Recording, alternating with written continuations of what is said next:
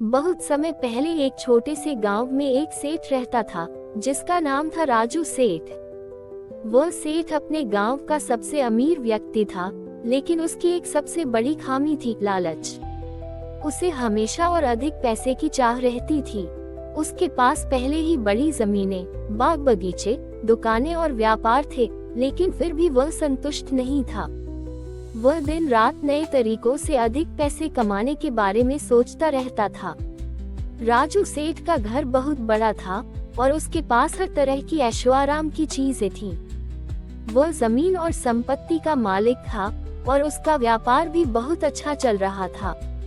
लेकिन उसके दिल में एक गहरी इच्छा थी और ज्यादा पैसे कमाने की। वह चाहता था कि उसका नाम हर जगह फैले और वह सबसे अमीर व्यक्ति बने।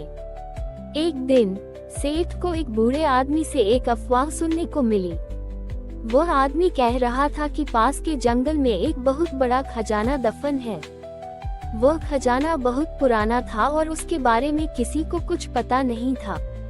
बस ये कहा जाता था कि जो भी उस खजाने तक पहुंच जाएगा, वह अपनी सारी जिंदगी ऐशो आराम से जिएगा। राजू सेठ को ये सुनकर बहुत खुशी हुई। उसने मन ही मन ठान लिया कि वह ये खजाना किसी भी हाल में प्राप्त करेगा।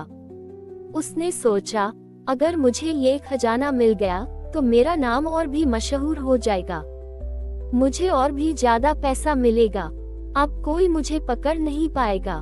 सेठ ने अपनी सारी जमीन और संपत्ति को छोड़ दिया और खजाने की खोज में निकल पड़ा। उसे यह नहीं पता था कि यह यात्रा उसे कहां तक ले जाएगी। वह जंगल की ओर बढ़ने लगा, लेकिन इस रास्ते में उसकी खुद की लालच उसके रास्ते में आ रही थी। जंगल में एक पुराना मंदिर था, जहां एक साधु बाबा ध्यान कर रहे थे। राजू सेठ ने सोचा कि बाबा से वह खजाने के बारे में पूछ सकता है। वह बाबा के पास गया और बड़े आदर से बोला, बाबा, मैंने सुना है कि इस जंगल में एक खजाना छुपा हुआ है। क्या आप मुझे उसका रास्ता बता सकते हैं? साधु बाबा ने सेठ की ओर देखा और बोले, तुम क्या चाहते हो? खजाना। लेकिन क्या तुम जानते हो कि खजाना क्या है? राजू सेठ ने बिना सोचे समझे जवाब दिया, हाँ, मुझे खजाना चाहिए। मुझे और पैसे चाहिए ताकि मैं सबसे अमीर बन सकूं।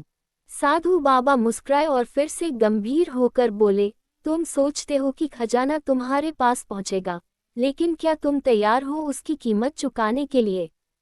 खजाना केवल एक वस्तु नहीं है, ये तुम्हारी आत्मा की परीक्षा है। अगर तुम अपनी लालच को नहीं छोड़ पाओगे, तो तुम कभी उस खजाने तक नहीं पहुंच पाओगे। राजू सेठ को बाबा की बातों से कोई फर्क नहीं पड़ा, क्योंकि वह केवल अपने खजाने की खोज में था। वह बिना किसी और विचार के जंगल में गहरे घुसता चला गया।